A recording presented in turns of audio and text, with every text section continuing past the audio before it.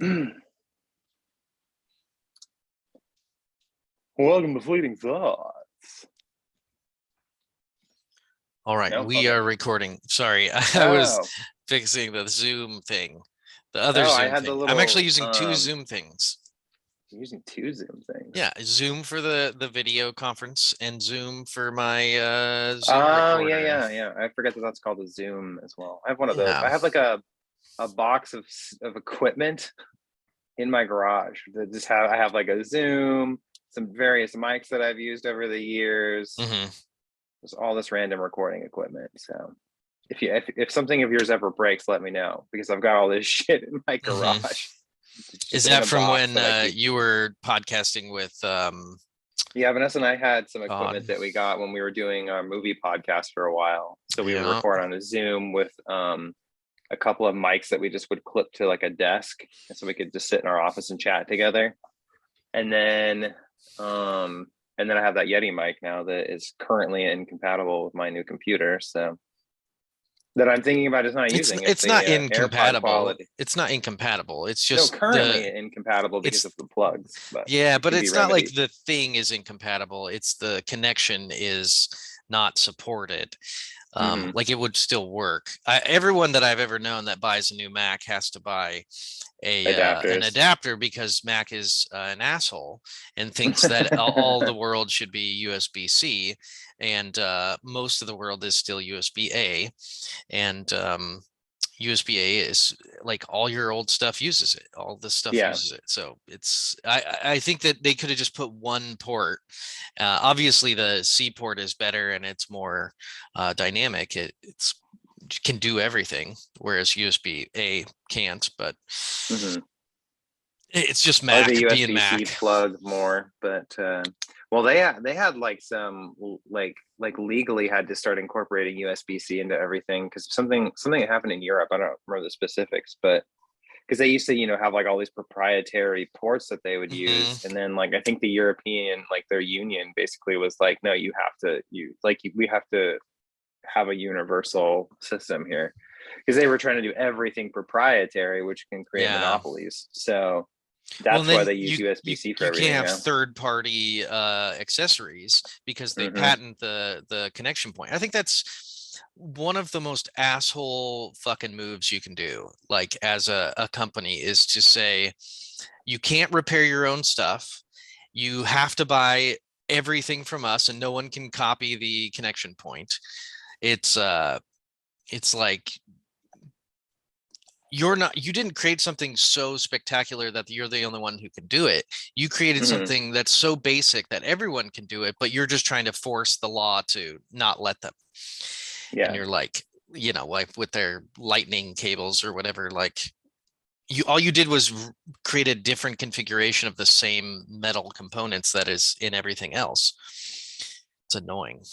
Yeah. um but It's I not annoying though if you just use everything Apple. Because like I just recently kind of converted to iPhone, and so I just bought some other Apple products because I needed to get a new laptop anyway. And when you just have everything Apple, it's like a nice closed ecosystem. Everything just works flawlessly together. There's no weird compatibility patches that you got to download to get things to work. Like everything just works. Like as soon as you turn something on, all the devices recognize it. It syncs up. So it's really nice being able to just do things across multiple devices like seamlessly. And but I agree. Yeah, it's definitely a not a perfect system, and it's definitely a monopolistic in a way because they're really trying to keep people in their ecosystem and not stepping outside of it, which is yeah smart, when you're making money because it forces everybody to keep giving you all of their business. But I think the nice thing about Apple, though, in the couple months that I've had work using their stuff, is their shit is quality. Like this stuff is way nicer than a lot of like Microsoft computers that I've used or Android phones that I've used. Like there's a reason why they're the number one tech company in the world for sure. Because not only do they create really quality products, but everything just works so well. And I think a lot of people who aren't super computer literate and like I think Android and Windows is great for techie people that like to get in and do programming and kind of mess around with stuff. Whereas Apple, it's like it's more designed for just your average person. It's very user friendly. I mean, it's really easy to pick up and use, and um, Yeah, so I like it. It's almost like you just fire it up and start getting shit done instead of messing around with other things. So it's kind of, I guess, depending on the kind of person you are, I guess. Yeah, and you have the money. Like you know, you could be oh, I just want to pick something up and get stuff done, but I only got, you know, $500. Good luck. Yeah, you're not gonna get anything. Yeah. It's just the way it is. You want higher quality, you want something that's somewhat seamless, you want something that has a lot of R&D and a lot of proprietary stuff, and is designed to be more kind of I don't know, elite in the way that it is, then that's what you Oh, I'm get. elite as fuck now, dude. I I like know. spit on people in the street now. Well, you're allowed to. Look down upon them, and I'm like, fuck you. How do you know they don't use Apple? The Almost odds are everybody they does. probably do. I never had used any Apple products like my whole life until like very recently. And then finally I was like, you know what, I'll give it a shot. Like there's obviously something to it, right? It's the number one fucking tech company. Everybody has iPhones for the most part. Like there's must be a reason why, right? And so I'm starting to understand now that I've embedded myself into the ecosystem. I've been using it for a little while. I'm But surprised I'm what? surprised you're not wearing an Apple hat. No, no, no. Well, I would if Apple had a video game console, but until then, I was going to stick with old PlayStation, you know? Yeah, Unless Apple just buys PlayStation, and then that'd be like the best way for them to compete. like, You know, if they wanted to I don't, compete with Microsoft in the video game landscape, they could just go buy PlayStation and then bam. I don't think Sony's giving up the one thing that makes them money. No. Well, I mean, Apple would probably have to buy Sony as a whole, I'm guessing. They probably Yeah, could. They probably could do no, that. they definitely could. But then you have another, you know, Yeah, no, it'd be no, I don't monopoly. want that to happen. Fuck that. Then the PS5 is actually $1,200 instead of just scalped for $1,200. They've been working on like more affordable stuff. They have like their MacBook Air now, which is really nice, and those start at like $1,000, which is about what you want to pay if you want a decent laptop that's going to last you more than like 2 years.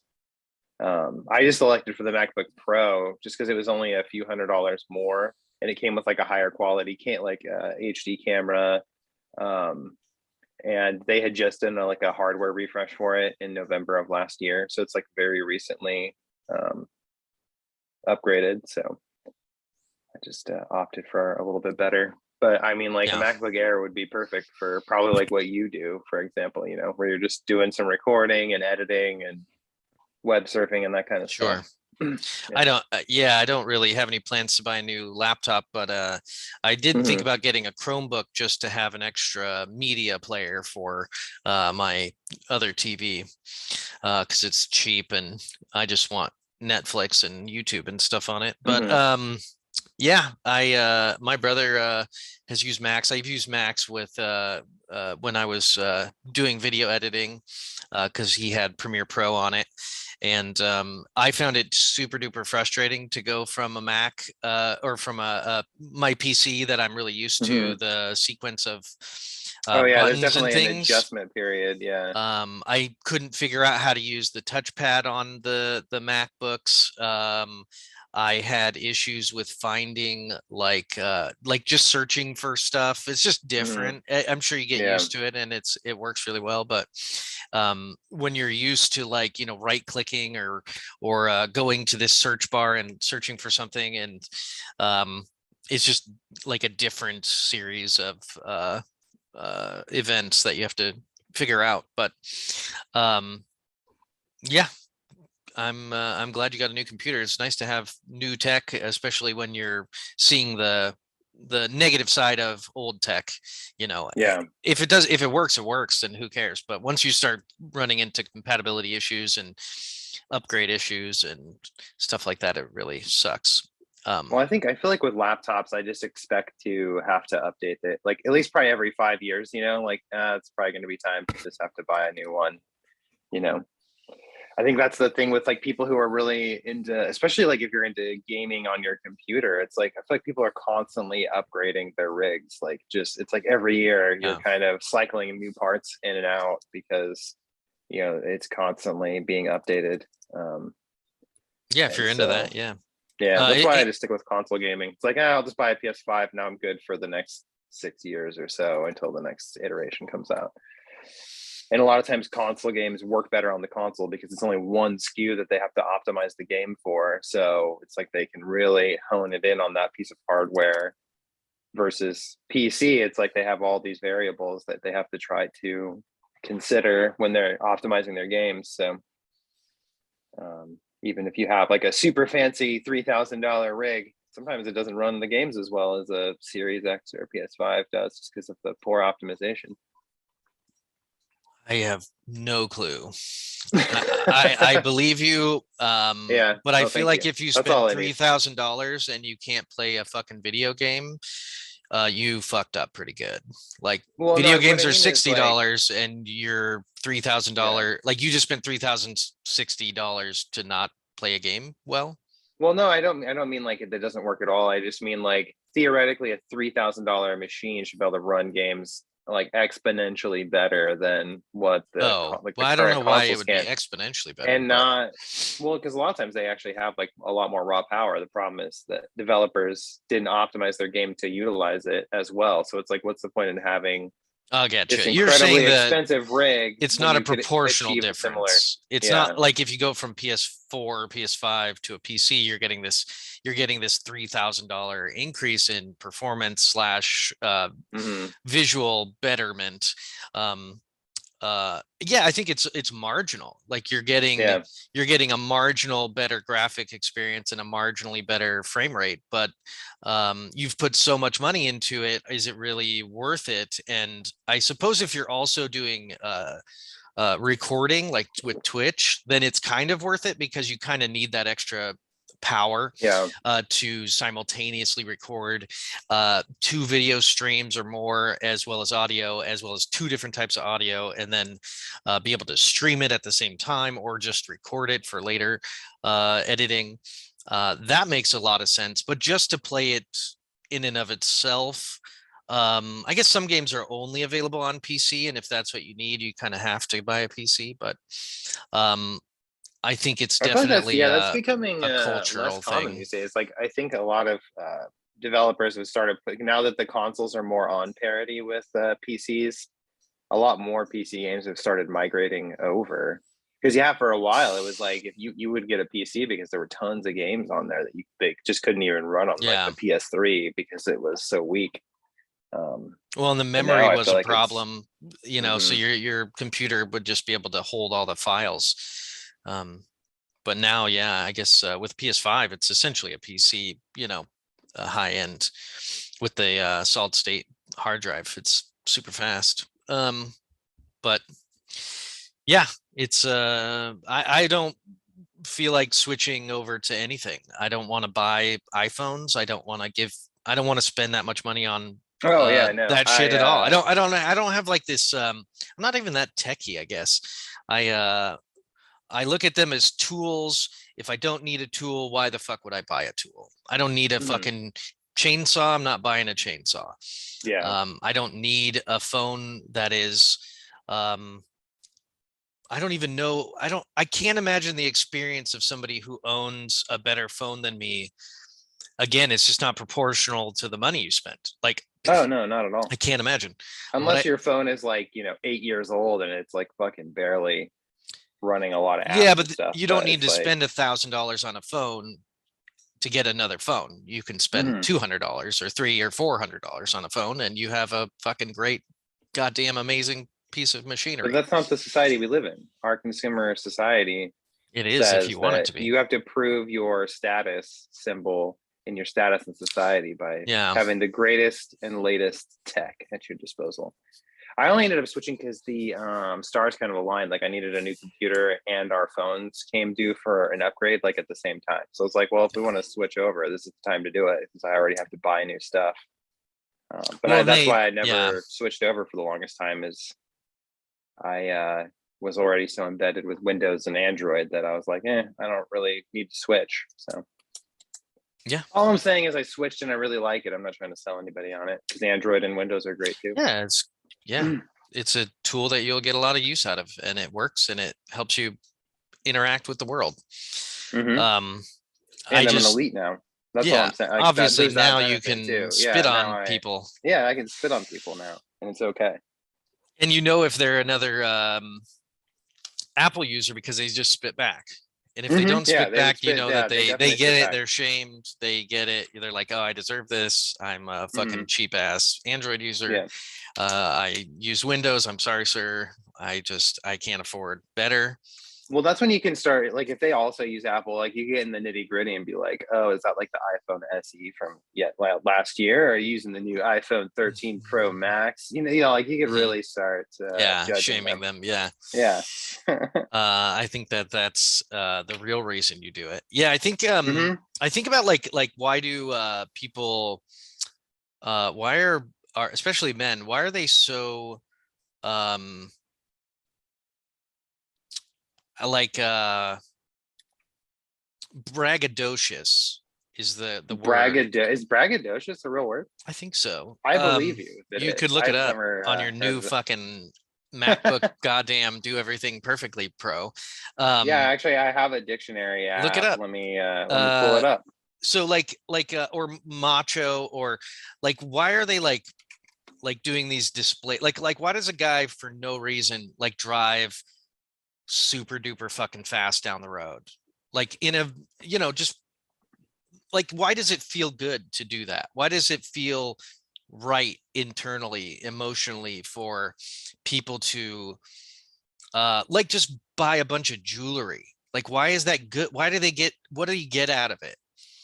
I think um it's just a display of your wealth. So people feel like they get an inherent amount of more respect from others if they can like flaunt their success through jewelry. I feel like that's what a lot of like. So for some people, I think with tech it's a little different. Like some people want the latest and greatest because they actually use it. Like you were saying, it's a tool. Jewelry is a tricky one to me because I don't have any interest in jewelry at all. Like, I mean, I don't even wear an actual wedding ring. I just got a fucking tattoo. That way I don't have to deal with wearing jewelry because I hate it. mhm. So I feel like at least for jewelry, it's more of just like a visual symbol of your wealth that you can use to lord over people, I guess. But you don't get anything out of lording over people. Like what do you get out of making yourself seem cool? And I think it's 100% to do with competition for mates. I think without the idea of mating like displays of value, I can't imagine why anyone would do anything like Everything goes back particularly to fucking with you. overwhelming. Everything is always about fucking.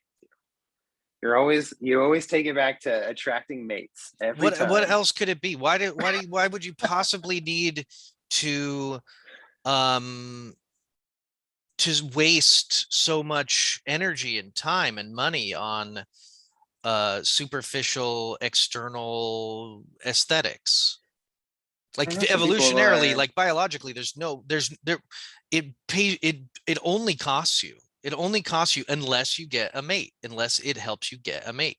And that Yeah, but then is, like you end up like kind of hating the mate after a while. So I no, guess you that's just not use it to true. attract another mate.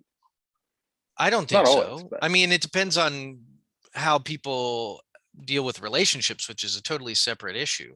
But like the attracting of a mate is a huge, like a huge motivational desire, a huge thing for many people. Um, and every once in a while I'll dress up nice, and I'm like, oh, I probably look like I have money. I look like I've I'm got some, looking I fucking wear, dapper yeah, I right look now. real good, and it makes me, and I can tell people look at me a little bit differently and look at me a little bit more. Obviously, Well, if you go I on a mean, date, you I want to think it look also goes nice. back to how when you talk about like a lot of the homeless criminal types that you have to deal with at work, it's like you can almost kind of tell just based off their appearance, like what kind of issue you're most likely going to have with this person, right? Like if they come in looking all ragged and dirty, and you're like, fuck, now I got to kind of follow them around and keep an eye on them because probability says they're probably going to try to steal some shit. So I feel Yeah, like it's like creating an impression on other people so that you can be treated differently, right? Because I it's think if people definitely come in like, reputational. It has mm-hmm, to do with your reputation, and people don't give respect to people who they think are uh obviously lower class. But there's a certain minimum standard. But once you get to that minimum standard, you look like you kind of take care of yourself. Then it's kind of, you just kind of blend in. You'd have to kind of go out of your way to look more sophisticated, which people definitely do. And then you can see that and you're like, oh my God, that guy has a bunch of money. I don't think I've ever thought that. Like because I mean, I work with like doctors and surgeons and stuff on occasion. Well, I don't work with the surgeons, but I mean, I'm like in the vicinity of them because they exist in the hospital. And like some of them come in like really nice suits and stuff. I don't think I've ever been like, holy fuck, that guy's got some money. I guess I just don't care. I'm more like, yeah, I'm thinking more like when deal you're with like dirty, smelly homeless people. Beyond that, if somebody just presents like they at least care about their appearance a little bit, then I mean, that's pretty much my level. I don't really care beyond that. Yeah, I'm just trying to think of like I don't know. Anyway, going back to braggadocious is a word. It's from braggadocio, which means boastful or arrogant behavior. It's late 16th century from braggadocio, the name of a braggart in Spenser's The Faerie Queene. It's Italian. Braggadocious. It definitely feels like a game to play for women's attention. And women do the same with their makeup and such. It's like braggadocios. I spelt it with only one G, and then I did docious as DOCIOUS. So that's how I would think. Yeah. I was a little off. Is it Italian? Yep. Because the OCIO part at the end, the OCIO is an Italian suffix denoting something large of its kind. So. It's a braggadocio. Yay. Anyway, I just find certain things annoying. Yeah, go ahead. I released 2 books. Brag it up. That's what I want to brag about for a second, which is a feat, I think. I mean, usually my cadence is like a book a year, roughly. Hey, holding them up. Low Into the Mist and Devils in the Confessional. Oh, I can do it with my face Low Into the Mist, in the camera too. This will be the screen grab for the thing. Here, let me put this out of my way. It actually should be your face. Do you have a copy of each of these? Put them, do the same thing, and I can use it as the screen grab. Because then if it's my face, they're going to be like, oh, Joe wrote some sweet books and put Channing Cornwall on the fucking Joe wrote title. Some books? What a cool guy. Deal with it. Yep, do it. Deal with it. Do. Yes, perfect. Do. Hold it still. Hold it still. Video up. I can't read the confessional. There we go. Back it up just a little bit. There you go. Nice. Make a face. Make a funnier face. Make a less funny face. Make a serious face. All right. That's perfect. Jesus Christ. We got it. You got some choices there. I want choices. That's the only thing I want in life. Low Into the Mist. I came out April 1st, and then I right as I finished that up, Vanessa had finished all of her edits on Devils in the Confessional, and so I was able to go in and do her edits, and then I did another editing run on that, and it was looking pretty goddamn dapper. So I went ahead and pulled the trigger. Yeah, why not? At first I was like, oh, maybe I'll, release it in like a couple of months. And I was like, nah, because I've had a lot of people asking when that one in particular was coming out, because people have been waiting to read it after finishing the first 2.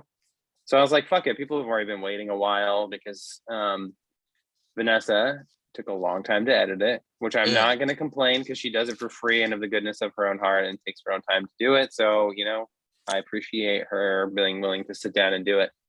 And she's a good editor. So I was like, fuck it, I'm just going to release it now. It's like ready to go. I'm literally just sitting on it, doing nothing with it. So put it out. And here we are, 2 in 1 month. So now people have plenty to read. Yep. I'm almost done with this one. Year. I only have a few more pages left on the Low Into the Mist Viking tale. And then I will probably start the other one. Nice. And then I'll read that one. And are you already working on another one? I feel like you already are. I'm gonna start working on one. Yeah, I've got some ideas I'm tossing around, so I think I'm gonna start doing some research and some notes and kind of see which one of my. I have like 3 different ideas, one of which is definitely a back burner, but 2 of them I'm kind of stuck between. So at that point, I'm probably just going to do notes for both and then just see which one feels right as I'm working on it. Sometimes like one will start to elevate a lot higher as I actually start really working on it, but Yeah.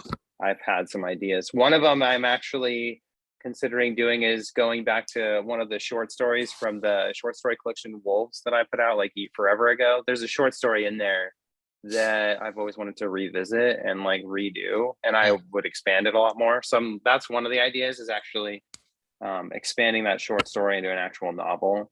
And then another one is just like a completely separate idea. That it's an idea for a novel that I've started 3 times and never finished, and it just keeps sitting there in the back of my mind. And then every time I go to work on it, instead of trying to pick up one of the work in progresses that I had going before, I just end up starting over again. And so I've got like 3 probably 20, 30,000 word manuscripts like written on this for this one story. And every time I do it, I just get to that point and I'm like, no, this isn't what I want. And then I end up shelving it. So this might be the 4th time might be the charm for that. I don't know. Is it what kind of gets in the way? What stops you? It's hard to say. I don't know. Like, it's just like I get to this point and I'm reading it and it just isn't what I want it to be. And it just feels sort of aimless, or like it's not how I envisioned it would turn out to be. And so I just end up dropping it. It's like, it's hard to say. It's not like really one specific thing, but I have probably 5 novels that are like partially written that I've abandoned for one reason or another. And usually it's just because I'm not feeling it. Like by 20 or 30,000 words deep, which is about, I don't know, like 150 pages roughly, it's like you have a pretty good idea of whether or not the novel is going to come together or not. Like, because your foundation's set at that point, most like things are moving along as far as plot goes. So it's like sometimes you just get to that point and you're like, this doesn't feel like it's going anywhere, like, or it's just not at all like how I thought it was going to turn out, and I don't really like it. So yeah, I've got a few. Wow. I never delete them because I like keeping them just to go, because sometimes I'll go back and read some of it again and see if it's like better than I remember it being, or if it's really, if something sparks when I start reading it again, like on how to see it through the rest of the way. But hasn't happened yet, unfortunately. But anyway, so 2 new books came out.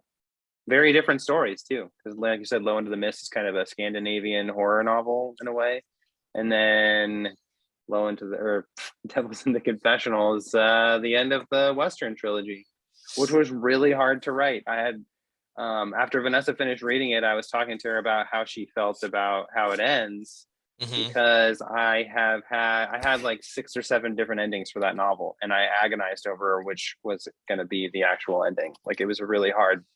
It's really hard to close out a whole trilogy. Like, I didn't think about that before I started writing it. And then as I was like winding down and getting to the end of the book, I was like, fuck me, man. It's really hard to end this. It feels like not only am I ending one book, I'm ending 3 books at the same time. And so it was tough to sort of wrap up everything in a kind of final way where there's like no room for another one, basically. Okay. Can you do the listeners a favor and go through the kind of progression from the first book to the second to now this one? Like a quick, like, what's going on? Well, so originally when I wrote the first one, which is Hell Came With Her, all I envisioned was, at the time I had just finished writing Kingdom in the Sky, which was kind of like a lengthy, exhausting book that didn't turn out exactly like I was hoping it would. Like, it's still fine, but it was me pretty early on in my writing career. And so as much as I like that book and I feel comfortable enough with it to like leave it available for people to buy and read, there's some of my older stories I actually pulled down because I didn't want people to read them. There's like 2 novels that I've written that actually aren't even available for people. Like a few people picked them up when I released my Kindle like forever ago. But then I pulled them because I was like, no, it was part of a series I was never going to finish, and it was not representative of where I felt like my writing ability had evolved. And so Kingdom in the Sky is like my first thing that I've written where I felt comfortable with it. So I just finished writing that, and then I wrote a shorter novel after that called Desolate Pages, which was like a really personal novel that was kind of emotionally exhausting in a way, because that was all about my wife and I's relationship, basically fictional, obviously, in some accounts. And so after I finished those 2 like kind of heavier projects, I just wanted to write something that was fun. Like so when I started Hell Came With Her, I was like, I want it to be a basic premise, and I just wanted to be a fun, like quick, breezy, violent novel. Like, so I just wanted to write, and I've always had an affinity for Westerns. My grandfather like watched John Wayne and Clint Eastwood Westerns like religiously, constantly. Like every time we would go visit him, he had one of them on. So I've always had like this kind of partial affinity for Westerns, even though I don't like John Wayne at all. Clint Eastwood's the goat, as they say.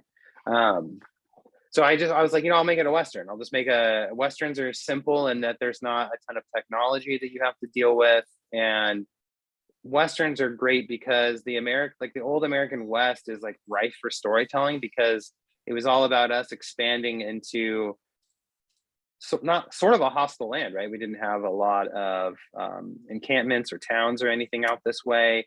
There were tense relationships with indigenous tribes, some of which were obviously friendly and we took advantage of them. Others were hostile, probably because they recognized what we were doing as far as coming over and expanding.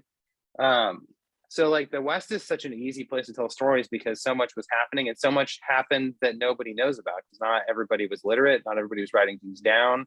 There was not a lot of law in a lot of places because the towns were just being built. So Hell Came With Her was just meant to be like a pulpy, fun, like hyper violent revenge story. It's actually almost like a rape revenge Western in a way, because of the things that happens to Sadie in the beginning of that novel. And so it was originally meant to just be a fun project after working on some like heavier projects like that were kind of taxing to do.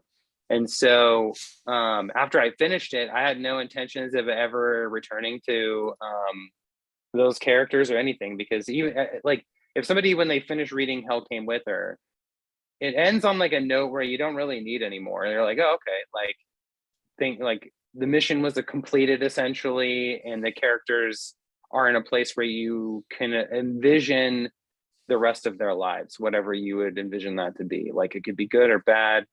And then after Hell Came With Her, which is actually probably my most popular book as far as like general readers that will message me and stuff, it's always Hell Came With Her, that they're always like, man, I love this novel.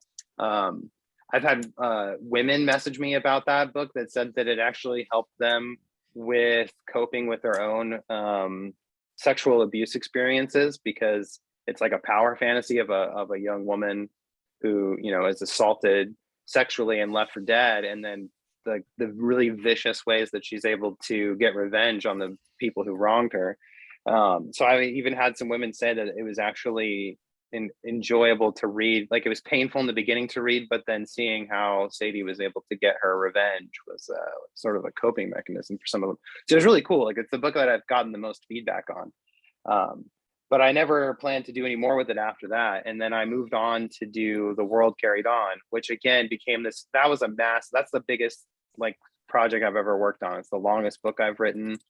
And that book was another like really enjoyable experience, but was also exhausting. That's the only book that I've ever had copious amounts of notes on, because I was trying to keep track of like 4 or 5 different plots at the same time. As that book is like covering all of these different kinships and characters. And so that again became this like really exhausting project that is probably one of my favorite books that I've written, actually. And if not my favorite. And And then again, like as I was finishing up that book, I had this desire to go back and tell another Western story. But I wanted to do it under a completely different lens. I wasn't interested in gunslingers and bounty hunters or any of that stuff. I wanted to tell like a different kind of story in the Western setting. And at the time I had been, I think I'd watched some movies about cults, and I had been watching documentaries about cults. And I was, at that point in time, I was like really fascinated with any cult stuff, just like the ability for people to have complete sway over a crowd and control people in a way that like changes their lives. And so I became fascinated with that. And then religion as a whole, which has always been a fascination that I've had. I'm atheist as hell. But I find religion interesting because of how powerful it is as a tool to control people. And so I did a lot of research into, because I've never read the Bible. So what I did is I bought like Cliff Notes versions of the New and Old Testament, and I read through those, and I took a bunch of notes and was studying basically Christianity from its inception. And then I used that to write Breathed Out by God, which follows Isaac Teller, who is kind of like a disillusioned preacher in the Old West. And when I was writing that story, I was like, you know what, it'd be fun for people, because I had so many people who enjoyed Hell Came With Her. I thought, you know, it'd be fun to incorporate some of the story elements and characters from that first book into this one. So originally I was like, it'll just be like a little one-off scene where they run into Sadie and Colin from Hell Came With Her in like some passing way. And then as I was writing it, they actually become a much more prominent part of that story than I originally planned. They're not in it. I think they're in it for about 3 or 4 chapters. And so that was when I realized, you know what, this could be a really fun like sequel to that in a way, because not only is it telling a different story with different characters, but we also get to check in with our characters from the first story and see kind of where they've ended up. And so that was when I realized, not even at that time that I realized that it was going to become a trilogy. It was just kind of like, oh, it's like a sequel to Hell Came With Her, but you don't have to read Hell Came With Her to read this book because it follows different characters. There's just extra like Easter eggs in here for people who read Hell Came With Her. They can go back and, or when they go read this, they can be like, oh, hey, I know these characters from this other story. This is kind of cool.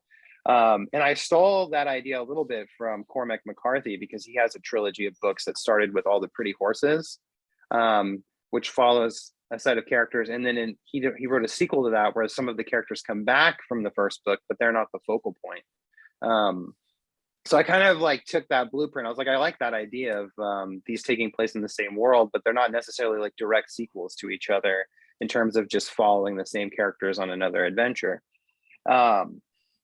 And so after I was done writing Breathed Out by God, then I moved on to Anathema, which was another one of my favorite books, which was just a fun horror novel that I worked on for a while. That was the first time I used a lot of actual local history in. Like I studied the Oregon Coast history and did a bunch of notes and actually pulled actual historical events into that novel, and then kind of manipulated them to fit the fictional elements of the story, like the supernatural elements and stuff. And then while as I was writing that was when I realized that I wanted to go back and tell one more Western story, which is usually how it goes in my method. Is while I'm working on another novel, I immediately, it's like the back of my brain, I start building up an idea for the next one or what I want to do. And so for Devils in the Confessional, I realized that the first book in the trilogy is about Sadie and her settling this vendetta with the Faceless Ghosts for the murder of her family, and then her being raped and left for dead. And so like the first book was really all about her, and then Colin's kind of like her sidekick who's sort of leading her along and helping her out. And then the second book is all about Isaac Teller and his move from being a disillusioned preacher to finding like kind of the next path for him in his life.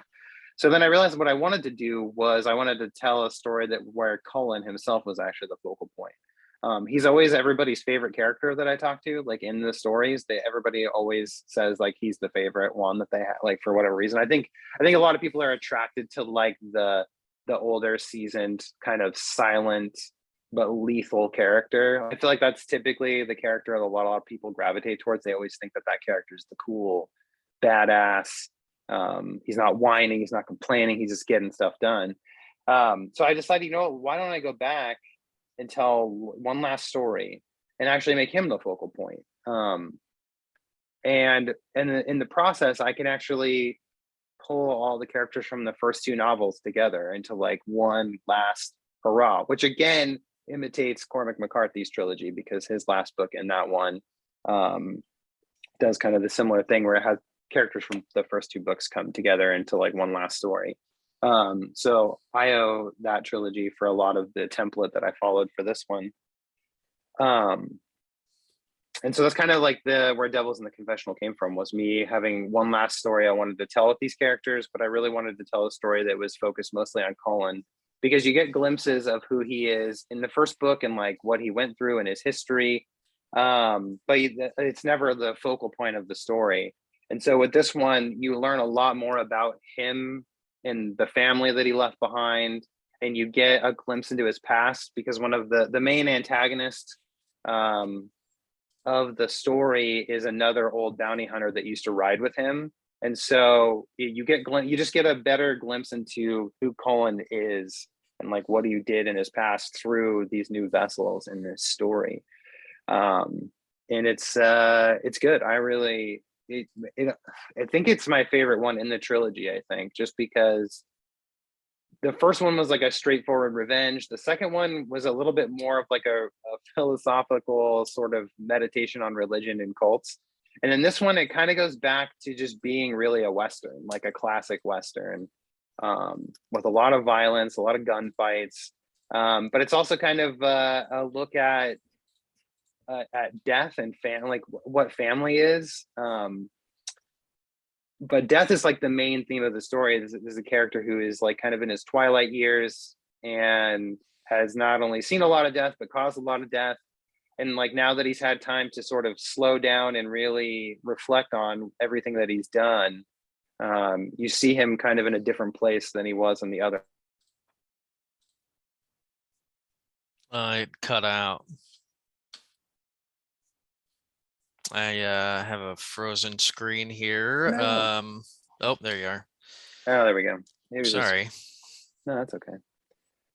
But that's kind of what this one is, like the inception. That was a lot of talking. Sorry. My mouth's all dry now. how does the second book, which is a very different story, and the first book, how do those two worlds meet up for the third book? So in the third book, it's about a mining operation deep in the Cascades, kind of like in this, it follows the Fink Mining Company, where they have discovered this untapped vein of gold, like deep in the Cascade Mountains, and like kind of this land that nobody has really touched. The Cascades are really kind of, especially in the winter, obviously, it's like a vicious place to try to traverse. People die out there, or died out there constantly. You know, you have like, well, Donner Party, I don't know if was that Cascades? I don't remember. I'd have to look. But, you know, similar things where people could get trapped out there. So my idea was that like this mining company, because it takes place in 1881, which by then the gold rush was pretty much over. We had pretty much tapped out most of the resources like in California and stuff. So I thought, wouldn't it be cool if like this company, it's sort of on its last leg, that's been funding these mining operations that have failed because we're running out of gold because of the rush has sort of tapped everything out. And they're on their last leg, and then they discover like this like gold vein deep in the Cascades where nobody has really thought to look or hasn't been able to access because of how difficult it can be to traverse the terrain. And so they set up shop there and are like just getting gold hand over fist. But then they start being attacked by what they believe to be indigenous tribes, like an indigenous tribe that's deep seated in the mountains. And so they call upon these bounty hunters to come help them deal with the problem and kind of protect the mining operation so that they can kind of finish up their work there. And as is typical in a lot of stories where gold's involved, there's like a level of an element of greed, I think, that gets involved. And so these bounty hunters show up, and they also kind of want a piece of this pie that they suddenly find themselves a part of. So the people that the company hires to protect them also now become sort of like their slave drivers in a way, because they're these trained gunmen that the mining company can't protect themselves against. They hire them to protect them from this indigenous threat. And so now like the mining company's kind of extra fucked at this point. And so one of the people that works the mine was actually a part of the cult from the second book that Father Elijah was running. And he knows of Isaac Teller and his group from when they stopped in Serenity Ridge, I believe is what it was called in the second book. Was like the little religious community that they founded. So he was there when Isaac Teller and his group passed through, and all the events that happened in the second book. Like he was there for those. So he is one of the people that left Serenity Ridge to kind of start over somewhere else after all the events of the second book. I'm trying not to give away too much that happens, just in case people haven't read any of them. But a bunch of events happen, obviously, in the second book that shine a light on Father Elijah and the kind of religious community he was cultivating.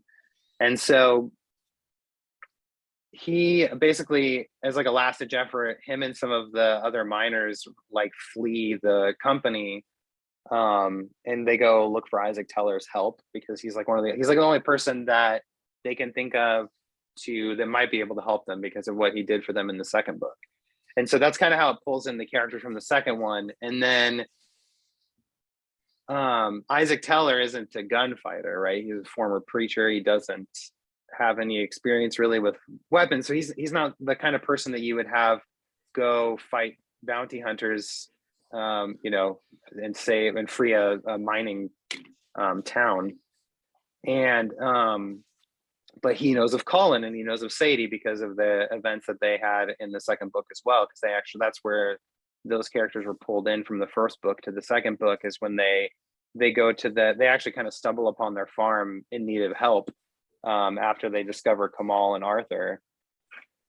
And so again, it's like kind of Isaac goes to he's not somebody who's embedded in a culture of violence. He doesn't know gunfighters. He doesn't know. So, I mean, at first they try to go to Seattle to get law enforcement involved, but the law enforcement wants no part of it when they discover that the Coffin Killers, which is the name of the bounty hunting outfit, aren't the ones involved. Like, they have such a notorious reputation that even the law is like, no, I'm not going to go mess with that. Like, that's out of my jurisdiction. I'm not going to ride out there and deal with this. Like, my hands are tied.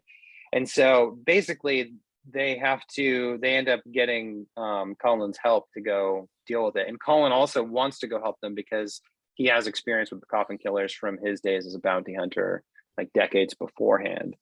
So it's kind of how all the characters come together is through the mind just needing assistance. Sorry, I'm trying to think of a way to verbalize all this. It's like dancing around a bunch of eggs that you don't want to step on and like ruin things for people with spoilers or whatever. So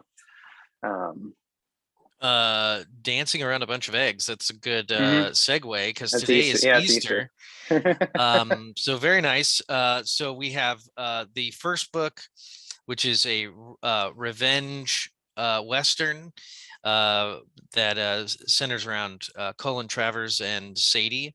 And Sadie is kind of on a war path, but sort of doesn't have the skills, and she learns the skills. And then Colin is sympathetic to her plight, so he helps her, and they take on the Faceless Ghosts. And then in the second book, Isaac Teller meets up with Colin and Sadie, and they sort of help them get away from some bad dudes in the beginning of the book. And that's when he finds out, oh, this guy like is a fucking monster of a killer. But then he takes off, goes to the religious community, and sort of takes it down with his secular preacherism. I don't know. I might need a refresher on that book. It's been a little while. And then and then he gets employed in the third book to find a solution to these mercenaries who are taking over the mining company. And obviously there's a lot of money involved, so everybody can get rich if they play their cards right. Either the mercenaries or Teller or the miners or Cullen. And Cullen's like, I don't really care, I just want to kill folks. So what do you need? And I guess he's kind of a mercenary in a way, but more because of moral reasons and money reasons. He's like, if it's a good cause, I'll go do it.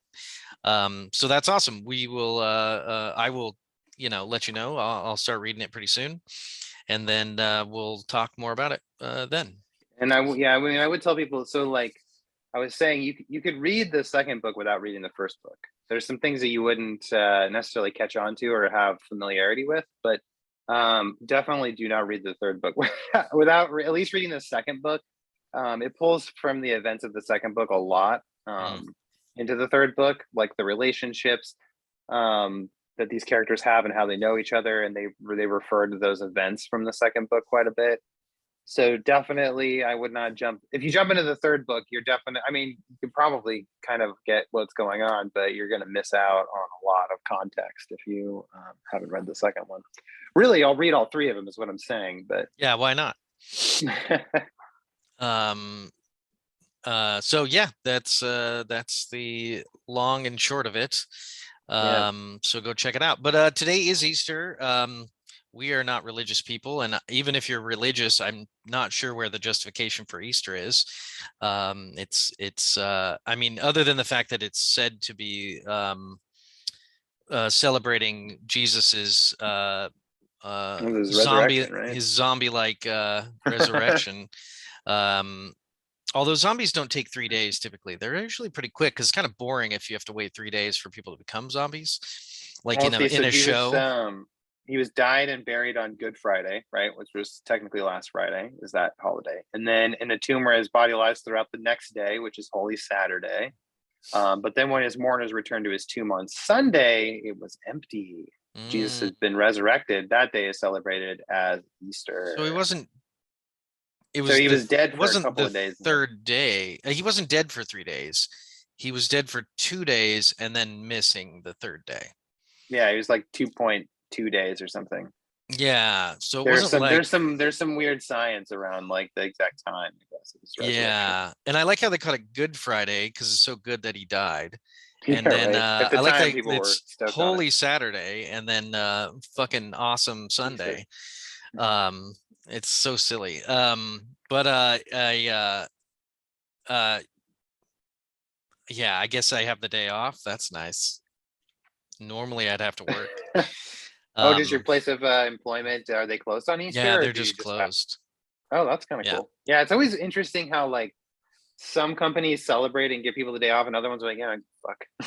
Yeah. Like, I wonder if a part of it has to do with just like the people who own the company, if whether or not they're like Christian or Catholic, or I bet that has a lot to do with it. Just don't celebrate any kind of religion, but yeah, or they're just being, traditionally you'd have multiple days off a year, but it kept on getting lower and lower, as like Christmas is like the only day typically that I would get off, but this company that I work for does Easter as well, so it's nice. I get paid, although I'm salary, so it doesn't really matter anyway. I'm like, I don't give a shit. Does it mean you just kind of have an extra day off, right? It's yeah. Like because when you're salary, well, it's actually not an extra day off because I'm working 5 days this week, and I don't know if I could have taken an extra day off. I'm not really familiar with the way that it works payroll wise, and that's my fault. I should have figured that out, but maybe I can convince them to give me another day off, because this is like,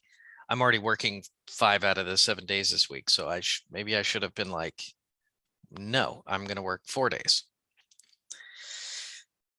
Yeah, usually like when I worked at a job where we had each like those paid holidays off, you would just work 32 hours that week, and then you just had like that paid holiday. If you're salary, that makes sense too. Yeah, but if you're salaried, I don't know why it would matter. It doesn't. I don't get extra pay. I don't get. But if anything, it should just Yeah, I don't know, dude. I It should just be an extra day off. Like it's like theoretically you should just be working 4 days this week because you get that extra day off for your paid Yeah, quote I got to unquote talk holiday. to somebody who actually knows what they're doing because I'm really new to writing the schedule, and I wrote the schedule for this week with essentially no oversight and no real training. Uh, so I might have fucked it up pretty good for people, but I don't know. Doesn't matter. It's too late now. We're already in the week. It's been done. I mean, we can always adjust on the fly, you know, if people are like, hey, why am I working so much this week? And it's like, well, you'll get an extra day of pay. But maybe they don't want that. Maybe they want to have an extra day off. So it was pretty complicated to try to figure all that out. So I just kind of worked everybody 40 hours and they all get an extra day of pay. Um, but whatever. I don't know. Fucking shit. Um, I don't know. Anything Easter related that you want to mention? You said you looked some stuff up Well, yeah, I was just reading while I was about the waiting for you to bunnies. log in so we could start. And there was a National Geographic article that was talking about why we celebrate Easter with bunnies and eggs. And so I read the whole thing, right? It gives like a little history on Easter, which I was just reading about, which is the Good Friday, Holy Saturday nonsense. And then at the very like the last two paragraphs of the article, they actually finally get around to talking about eggs and stuff. And all it says is that over the years, Easter has merged with pagan spring celebrations. Popular traditions include a visit from the Easter Bunny, a folk symbol of spring who bears eggs that symbolize new life. One theory holds that the tradition originated in Germany, but the jury is still out. In any case, Easter egg hunts, egg decorating, and candy consumption are a big part of the modern Eastern holiday. So were fancy clothes during the 1870s and 1880s. Just as Easter became commercialized, American store windows began to reflect the increasingly ostentatious decor on American altars. Dressmakers then reflected those themes in women's clothes. As a result, Easter fashions and show-stopping Easter bonnets became popular among American women. So it sounds like there's not like a definite reason for why it merged with some pagan holidays. Yeah. I guess because if the Easter bunny symbolizes new life with eggs, that is the new life of Jesus Christ, is how the Christians probably Yeah, validated it was that. probably because they didn't have like a traditional thing to do. It's not like Hanukkah or Passover or other like traditional things where you like light some candles or you fucking do this other stuff. So there was like, okay, what do we do to celebrate this event? And then there were already events that people were celebrating, which were for the coming of the new harvest and spring and all that, you know, all the new animals and winter's over, so there's reason to celebrate. So the pagans would celebrate fertility and celebrate the new, you know, how nice is it that it's not all shitty anymore. And so they just become connected because that's how essentially the cultures came together. You know, pagan and Christian cultures didn't like one didn't just murder the other entirely. You know, the traditions got mixed. I think it's all pretty funny and pretty odd. Um, but if you have a good time and you enjoy it, then have fun and celebrate Easter and do what you do. Um, but I don't do anything. I don't really care. I do think it's fun because, like you said earlier, it's all about sex, and that's what Easter's about. It's about Mm-hmm. fertility and about new all the new babies, and it comes full circle. It's all about that sex. Well, I'm making money. You know, we got to commercialize it like we do with all these other holidays. Yeah, So like not Christmas terribly and shit. surprised. Yeah. Yeah. All right. Well, I hope everyone does have a happy Easter and a happy week. Do you have any recommendations? Yeah, I actually speaking of Cormac McCarthy's Borders trilogy that I was referencing earlier when I was talking about my own Western trilogy. I actually and I've read this book. This is the third time I've read it. Um, but I just finished reading Blood Meridian or The Evening Redness in the West. is like the full title, but Blood Meridian for the sake of saving breath. But it's kind of like it's considered like his like magnum opus novel that he wrote. It came out in 1985, I believe, or 1983, sometime in the 80s. I think it was 85. But it's like an American West sort of like epic. It's really good. But really, it's really hard to read. There's like a lot going on in it, and it's hard to get through in parts. It's a very violent novel. Like it was originally when it was first released, it was pretty heavily criticized for like its violent content and whether or not it was even really about anything or if it was any good. And it's one of those novels that has a lot of revisionist history and is now considered like one of the greatest American novels of like, any living writer, basically. So anyway, I'd recommend it for people to check out if you enjoy Westerns or if you want like a more kind of, I guess it sounds kind of snooty, but like a more like sophisticated like literature that is a Western, like you would be hard pressed to probably find a better novel. But it is very violent. I would warn people about that. It does not shy away from violence against children, or anybody really. But I know some people get really up in arms if a child is harmed in a story. So, but not so much in real life a lot of times, unless they're American children. We sometimes care, but not like kids dying really. everywhere else all over the world. Yeah, I don't. Child violence doesn't trouble me in fiction, so because it's not real, so I don't get up in arms about it. But it's a really good novel. The whole novel is really about a character who's actually never given a name. He's just referred to as the kid throughout the novel, and he's like an illiterate kid who ends up falling in with these Apache hunting, like bounty hunters that hunt Apache for scalps. And it's like this odyssey that he sort of embarks on with this group of bounty hunters, which is actually based off of the real life Glanton gang, which were notorious Indian hunters in the mid 1800s, like 1849, I believe, or 1850. And so it's based off like he actually did. There's like actual historical context that he did research for, and a lot of the characters in the novel are people that really existed. But it's really interesting. It's Cormac McCarthy has one of the most interesting writing styles out of like any writer. He has like almost like a poetic way of writing, but it's also really simple. Like he never uses like ridiculous big vocabulary or anything like that. He has like a way of describing things outside of like the box. Like as I was reading it, I'm just like, it's like one of those books that I just want to highlight passages because I'm so fascinated with how he describes something. And he uses a lot of, at least in this novel particularly, he uses a lot of like older language and slang that you just don't hear anymore. So there's like words that I almost had to look up because I was like, I don't really understand what this means because I've never heard this word before because it was only used for a short time or it's not used in our lexicon anymore. But I'm a big fan of Cormac McCarthy, and he was a big inspiration for my own, like especially my Western novels.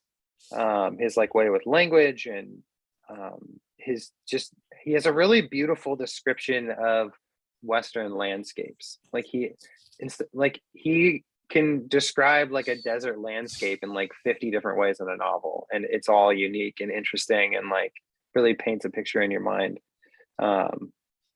But I would say one criticism I have is that none of the characters are likable. They're all garbage people, like doing garbage things. So you definitely don't read it to have characters that you want to root for or that are heroic or anything like that. Like it's a very kind of dour, violent novel, but also just a fascinating look at what happened during, our westward expansion and how just fucking violent and horrible it was for a lot of people. But it's really good. If that kind of stuff sounds interesting, I think you might like it, but you also might not. I don't know. It's like a hard book to recommend to people because I think it's beautifully written and it's awesome, but also it can be tough to read too. Like it's one of those books that sometimes you have to reread a paragraph because you're sort of trying to figure out what he's saying. But yeah, I've read it like I said, it was the third time that I've read it. It's one of those books. It's like every few years I sit down and just read it again. because I'm just in such awe of kind of like the mastery on display with his writing. Like it's like the kind of writing that I would aspire to be able to achieve one day if I could just continue to refine my own skills. Like it's the kind of writing I would like to be able to do. So yeah, Blood Meridian, Cormac McCarthy. I think a lot of people might already know about that. It's a pretty popular book. But if people haven't read it, I recommend it if you're looking for something kind of challenging. Yeah, I like Dune. That's very challenging, so I might like that. I Yeah. like Western, so I'll have to check it out. I've got a shit ton of books to read, so we'll see how that goes. I'm going to recommend two things, but they're related. Whoa. One is The Acolyte by Nick Cutter, which you recommended a while back, and I read. You sent me a copy, and I read it. But I also recommend reading my review of it, which I just finished on Joe's Notes blog. I'll have to read that. I like reading your reviews. I just finished my review of The Acolyte. And so read that, and then if you feel like reading the book afterward, then do so. I don't get any money if you do. I just enjoy people checking out the website and reading my reviews. It's a fun thing to do. And then I also wanted to recommend, I have a new photo blog out. I went to Blue Lake and took some photos of some animals. And so check those out at the website as well. That just came out. What else is there to plug? I don't think there's anything else. I think that's going to do it for me. And go buy books and read them. Yeah, I would totally recommend that. Read however you like. Some people are old school and they want those fucking paper books. Some people are a little more modern and want e-reading books, but read anyway you can. Or listen to the books as well. Or yeah, audiobooks are. I was a pretty firmly against audiobooks for way too long, and I didn't really have a good reason for why. And now it's become one of my favorite ways to enjoy books. Just because I do, I run and I take my dogs walking and stuff all the time. So it's just really awesome to be able to continue engaging with stories even when I'm busy doing other stuff. Yep, audio's great. Audiobooks are great, and podcasts are great as well. And I think that's gonna do it. Is that good? Yeah. Is that good? Did we do it? Is that acceptable? I think so. All right, we'll go. We actually had like topics this time. Sometimes it's sort of aimless, but no, I kept it fairly focused. I wanted to we're shitting on Apple a little bit, then we talked about books. Yeah, well, I wanted to focus on your thing, and these are it's a daunting task to write anything, and you got 2 books out, and that's important. People should check it out, and I know people like them. They might not like every book that you write, but you've got a lot of content and a lot of variety to check out, so they should check it out.